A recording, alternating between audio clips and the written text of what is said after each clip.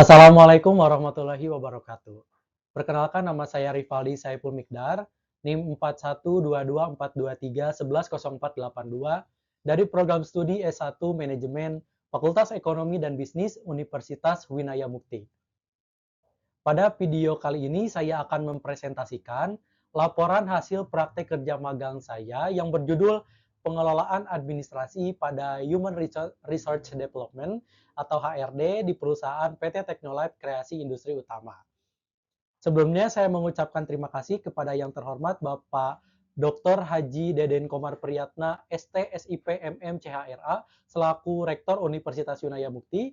Yang kedua, saya mengucapkan terima kasih kepada Ibu Dr. Hajah Wina Roswina, SEMM, CPM, selaku Dekan Fakultas Ekonomi dan Bisnis. Selanjutnya kepada Bapak Dodi Tisna Amijaya, SEMM, selaku Ketua Program Studi S1 Manajemen. Selanjutnya saya mengucapkan terima kasih kepada Ibu Dining Harnani, SPDMM, selaku dosen pembimbing saya. Saya juga mengucapkan terima kasih kepada Bapak Surahman Nopirianto, selaku Direktur Utama PT Teknolife Kreasi Industri Utama, kepada Bapak Dian Herdiana, selaku HRD dan juga pembimbing lapangan saya, kepada teman-teman saya dan juga teman magang saya, yaitu Sophie Ulpapipa, Epi Rahmawati, dan juga Rian Ramadan, yang sudah membantu saya dalam menjalankan dan mengerjakan tugas yang diberikan selama kegiatan magang berlangsung.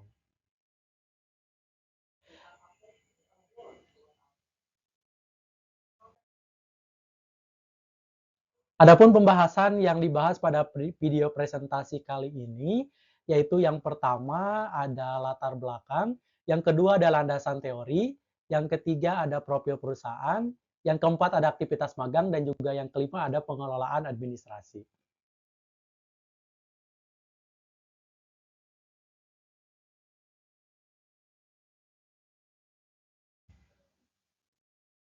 Latar belakang. Dalam era globalisasi, dinamika dunia kerja terus berubah secara signifikan. Teknologi, perubahan demografis, dan globalisasi telah menciptakan tantangan dan peluang baru dalam pengelolaan sumber daya manusia atau SDM. Organisasi di seluruh dunia berlomba-lomba untuk meningkatkan daya saing mereka melalui pengelolaan tenaga kerja yang lebih efektif, termasuk dengan memanfaatkan teknologi digital dalam berbagai proses HR. Transformasi digital dalam MSDM, seperti penerapan sistem manajemen SDM berbasis teknologi, semakin memperkuat peran HR sebagai mitra strategis organisasi. Di tingkat nasional, pengelolaan SDM di Indonesia juga menghadapi berbagai tantangan. Salah satu tantangan utama adalah kesenjangan keterampilan atau skill gap antara kebutuhan industri dan kualitas tenaga kerja yang tersedia. Dalam konteks perusahaan, peran MSDM semakin penting dalam membangun kapabilitas organisasi. Fungsi HR tidak lagi terbatas pada administrasi dan penggajian, melainkan mencakup pengembangan talenta, perencanaan karir, hingga menciptakan budaya kerja yang inklusif dan kolaboratif. PT Teknolife Kreasi Industri Utama adalah salah satu perusahaan yang aktif berkontribusi dalam industri teknologi di Indonesia. Dengan berfokus pada teknologi, inovasi, pengembangan solusi teknologi, perusahaan ini membutuhkan pengelolaan SDM yang andal untuk mendukung operasional bisnisnya. Selama program magang, saya mendapatkan kesempatan untuk mendalami bagaimana PT Teknolife Kreasi Industri Utama mengimplementasikan fungsi HR secara praktis. Dengan struktur organisasi yang berorientasi pada inovasi, HR di perusahaan ini memiliki peran penting dalam menciptakan ekosistem kerja yang kolaboratif dan berbasis pada nilai-nilai perusahaan.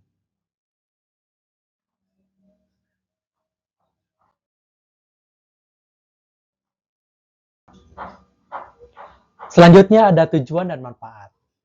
Tujuan yang pertama itu melakukan praktek kerja lapangan sesuai dengan latar belakang pendidikan. Yang kedua, membangun kerjasama antara perguruan tinggi dengan perusahaan. Yang ketiga, menerapkan ilmu yang didapat selama perkuliahan dan menambah ilmu serta pengalaman yang didapat di dunia kerja. Yang keempat, mempunyai kompetensi sesuai dengan program studi yang ditempuh. Yang kelima, mengelola dan beradaptasi di lingkungan kerja dengan baik dan benar. Yang keenam, mempraktikkan etika dalam bekerja. Dan yang ketujuh, mengembangkan pola pikir tentang keadaan dunia kerja sebagai bekal ketika menghadapi dunia kerja yang sesungguhnya. Selanjutnya ada manfaat. Yang pertama, menambah wawasan dan pengetahuan terutama dalam bidang HRD. Yang kedua, mempersiapkan diri dan melatih sebelum terjun dan bersaing di dunia kerja. Yang ketiga, memberikan gambaran dunia kerja kepada saya pribadi. Yang keempat, menghasilkan lulusan siap kerja yang memiliki keterampilan dan pengalaman dalam dunia kerja.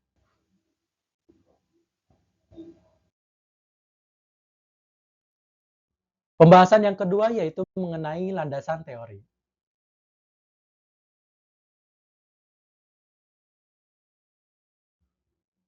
Landasan teori yang pertama itu tentang manajemen, ada pengertian, fungsi, dan unsur manajemen.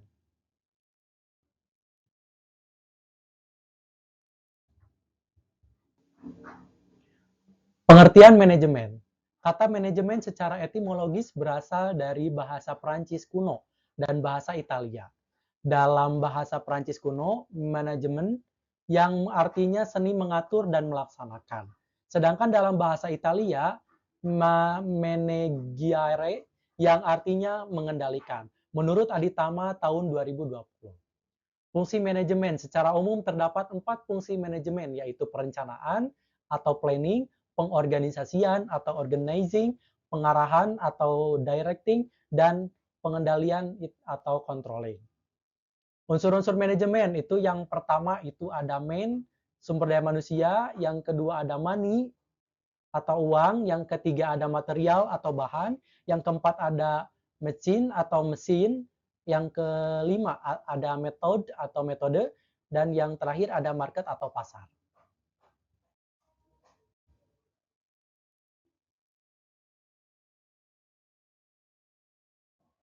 Selanjutnya ada manajemen sumber daya manusia. Pengertian manajemen sumber daya manusia, disingkat MSDM, adalah suatu ilmu atau cara bagaimana mengatur hubungan dan peranan sumber daya atau tenaga kerja yang dimiliki oleh individu secara efisien dan efektif, serta dapat digunakan secara maksimal sehingga tercapai tujuan atau goals bersama perusahaan. Karyawan dan masyarakat menjadi maksimal. MSDM didasari pada suatu konsep bahwa setiap karyawan adalah manusia, bukan mesin dan bukan semata menjadi sumber daya bisnis. Selanjutnya ada peran MSDM. Yang pertama, peran administrasi manajemen sumber daya manusia. Peran ini difokuskan pada pemrosesan dan penyimpanan data, meliputi penyimpanan database dan arsip pegawai, proses klaim keuntungan, kebijakan organisasi tentang program pemeliharaan dan kesejahteraan pegawai, pengumpulan dokumen, dan sebagainya. Yang kedua ada peran operasional manajemen sumber daya manusia. Peranan ini telah lebih bersifat teknis, meliputi pemrosesan lamaran pekerjaan, proses seleksi dan wawancara, kepatuhan terhadap kebijakan peraturan, peluang bekerja dan menjaga kondisi kerja dengan baik, pelatihan dan pengembangan, program K3, dan sistem kompetensi. Aktivitas harus dilakukan dan melibatkan serta mengkoordinasikan dengan para manajer dan supervisor di semua jenjang organisasi. Yang ketiga ada peran strategis manajemen sumber daya manusia. Keunggulan kompetitif dan unsur sumber daya manusia merupakan kelebihan yang dimiliki oleh peran itu. Peran strategis menekankan bahwa orang-orang dalam organisasi merupakan sumber daya yang penting dan investasi organisasi yang besar. Agar sumber daya manusia dapat berperan strategis, maka harus fokus pada masalah-masalah dan implikasi sumber daya manusia dalam kurun waktu jangka yang panjang.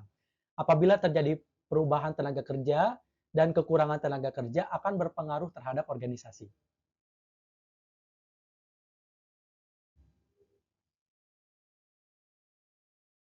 Selanjutnya ada Human Resource Development atau HRD. Pengertian HRD menurut pengadaan tahun 2020 merupakan salah satu departemen yang bertanggung jawab terhadap pengendalian internal. Departemen ini membawahi semua aktivitas yang berhubungan dengan kepegawaian dan juga kegiatan umum lainnya untuk menunjang aktivitas perusahaan. Tugas dan tanggung jawab HRD secara garis besar itu yang pertama ada proses rekrutmen dan seleksi, yang kedua training dan development, yang ketiga administrasi personalia, yang keempat ada penilaian kinerja, dan yang kelima perencanaan karir.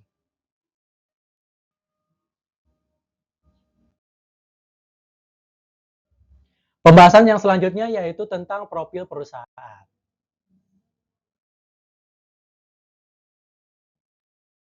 Profil perusahaan, perusahaan tempat saya magang itu ada di PT Teknolife Kreasi Industri Utama yang berada di Kecamatan Jatinangor, Kabupaten Sumedang.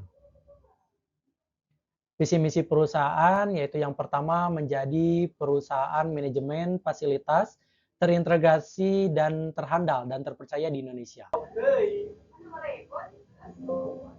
Teknolife berkomitmen melalui optimalisasi teknologi digital mampu memenuhi kebutuhan dan aktualisasi masyarakat secara efektif dan efisien, serta menjadi sarana konektivitas promosi suatu usaha.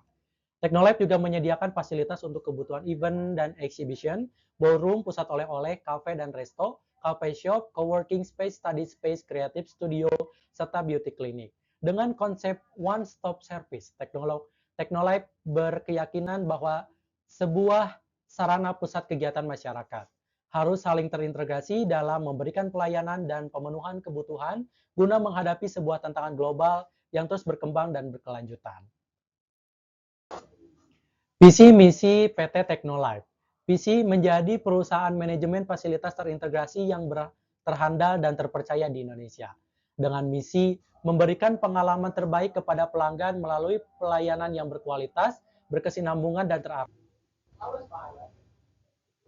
Selanjutnya ada tugas dan fungsi organisasi. Yang pertama sebagai wadah untuk UMKM dan kreativitas anak muda. Yang kedua, pusat bisnis baru di Sumedang. Yang ketiga, tempat untuk mengembangkan diri sesuai minat dan kebutuhan. Yang keempat, ada tempat untuk belajar lebih nyaman bagi mahasiswa. Yang kelima, sebagai tempat untuk mengembangkan kreativitas yang bernilai ekonomi.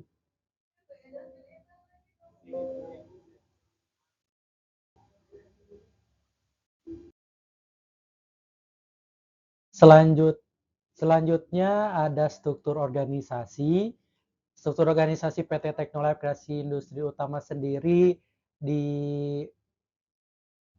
di leadership oleh Direktur Utama yaitu Bapak Surahman Nopirianto, di bawah Direktur Utama ada Direktur Keuangan Ibu Ipip. Selanjutnya untuk ke bagian bawah ada manajer finance, ada accounting and tax, ada legal counsel, ada HRD, ada bagian IT, ada manajer F&B, ada general markom dan juga business development.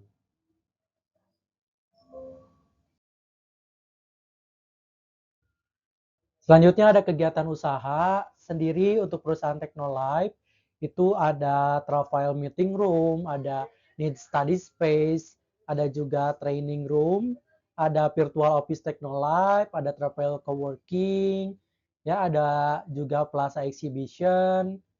Selanjutnya juga ada Bima Sena Ballroom, ada Resto Skywatch, ada Carls Mason, Cafe and Bakery, ada Creative Studio untuk podcast, ada studio foto parachute, dan ada rooftop cafe itu di Betterfly. Pembahasan yang selanjutnya yaitu aktivitas magang. Aktivitas magang yang saya jalani itu terjadwal dari setiap hari kerja Senin sampai Jumat, dimulai dari jam kerja pagi jam 8 sampai jam 12, selanjutnya istirahat dari jam 12 sampai jam 1, lanjut lagi kembali kerja jam 1 sampai jam 5 sore. Proses kerja magang di kantor PT Teknolife, selama pelaksanaan kegiatan magang, saya ditempatkan di bagian Human Research Development atau HRD yang ditangani oleh Bapak Dian Herdiana.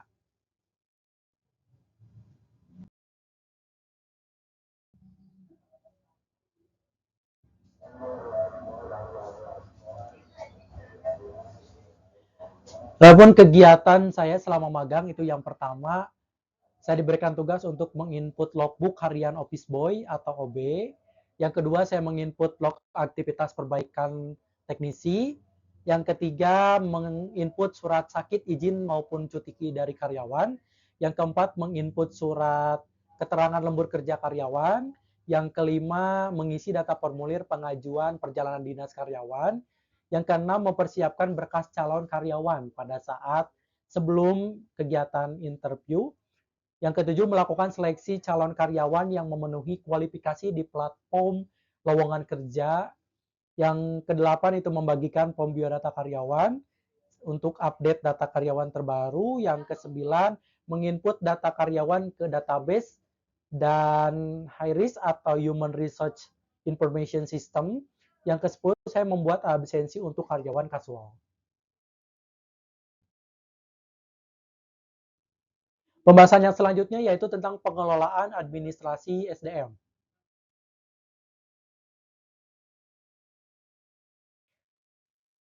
Yang pertama itu ada efektivitas pengelolaan data. Program pengelolaan administrasi HRD seharusnya dapat memastikan bahwa semua data karyawan seperti biodata, jabatan, riwayat pekerjaan, serta absensi terkelola dengan baik dan dapat diakses dengan mudah.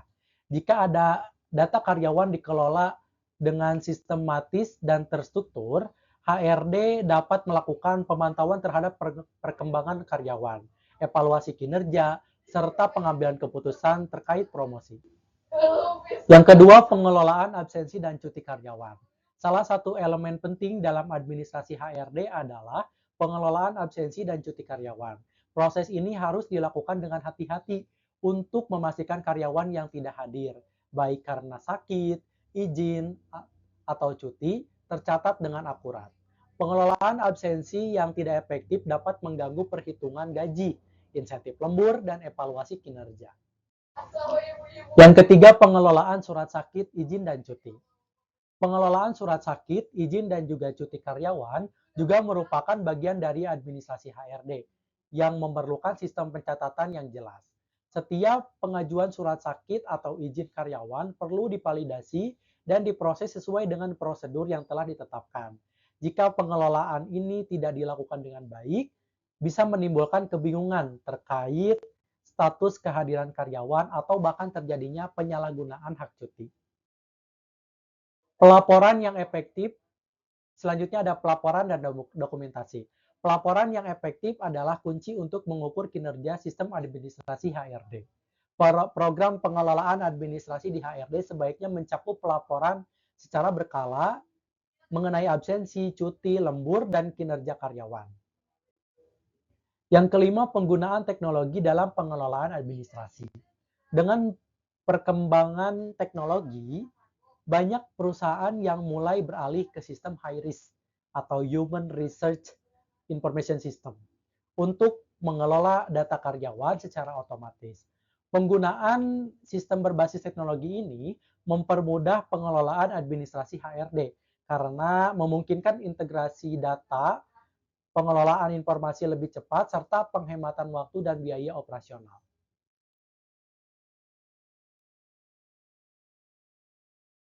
Selanjutnya ada kendala yang dihadapi. Yang pertama itu ada kurangnya pengalaman dalam penggunaan HIRIS atau sistem HRD. Yang kedua ada kesalahan dalam pencatatan atau input data. Yang ketiga ada komunikasi yang kurang efektif dengan karyawan. Yang keempat tantangan dalam pengelolaan dokumen fisik dan digital. Yang kelima waktu yang terbatas untuk menyelesaikan tugas.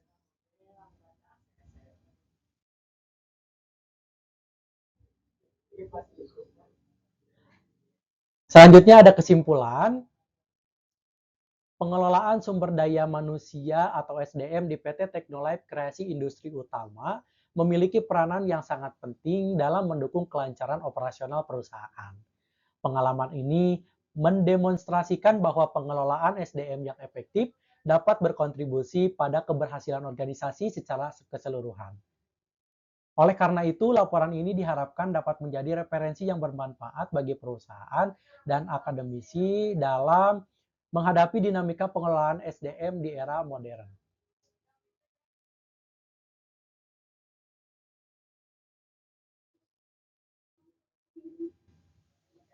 Selanjutnya ada saran.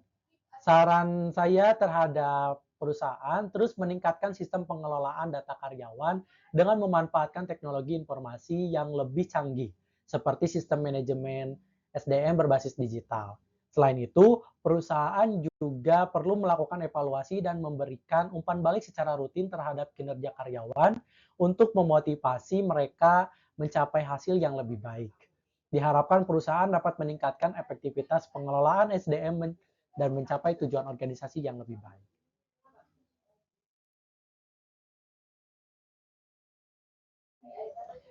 Sekian presentasi laporan hasil praktek kerja magang dari saya. Mohon maaf atas segala kekeliruan, kesalahan pengucapan kalimat. Kita sudah sampai di akhir. Saya akhiri. Assalamualaikum warahmatullahi wabarakatuh.